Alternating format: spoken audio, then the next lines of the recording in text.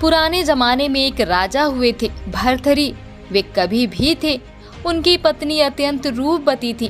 भर्तृहरि ने स्त्री के सौंदर्य और उसके बिना जीवन के सूनेपन पर 100 श्लोक लिखे जो श्रृंगार शतक के नाम से प्रसिद्ध है। उन्हीं के राज्य में एक ब्राह्मण भी रहता था जिसने अपनी निस्वार्थ पूजा से देवता को प्रसन्न कर लिया। देवता ने उसे वरदान के रूप में अमर फल देते हुए कहा कि इसे आप लंबे समय तक युवा रहोगे। ब्राह्मण ने सोचा कि भिक्षा मांगकर जीवन बिताता हूँ, मुझे लंबे समय तक जीकर क्या करना है। हमारा राजा बहुत अच्छा है, उसे यह फल दे देता हूँ। वह लंबे समय तक जिएगा तो प्रजा भी लंबे समय तक सुखी रहेगी। वह राजा के पास गया और उनसे सारी बात बताते हुए वह फल उन्हें दे आया। राजा फल पाकर प्रसन्न हो गया। फिर मन ही मन सोचा कि यह फल मैं अपनी पत्नी को दे देता हूँ।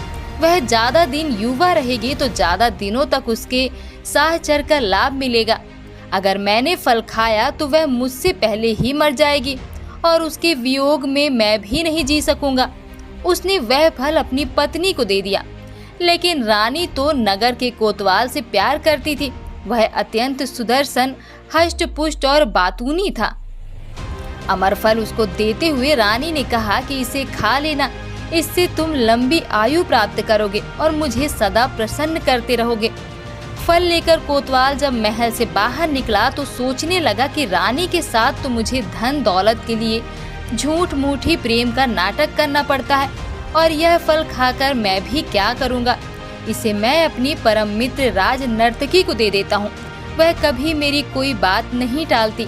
मैं उससे प्रेम भी करता हूँ और यदि वह सदा युवा रहेगी तो दूसरों को भी सुख दे पाएगी। उसने वह फल उस अपनी नर्तकी मित्र को दे दिया। राज नर्तकी ने कोई उत्तर नहीं दिया और चुपचाप वह अमर फल अपने पास रख लिया। कोतवाल के जाने के बाद उसने सोचा कि कौन मूर्ख यह पाप भरा जीवन लंबा जीना चाहेगा। हमारे देश का राजा बहुत अच्छा है, उसे ही लंबा जीवन जीना चाहिए। यह सोचकर उसने किसी प्रकार से राजा से मिलने का समय लिया और एकांत में उस फल की महिमा सुनाकर उसे राजा को दे दिया और कहा कि महाराज आप इसे खा लेना। राजा फल को देखते ही पहचान गया और भौचक रह गया।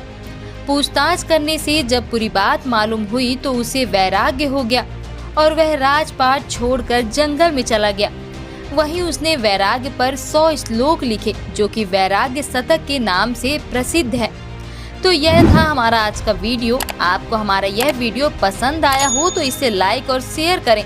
इसके अलावा ऐसी कहानी के लिए चैनल को सब्सक्राइब करिए।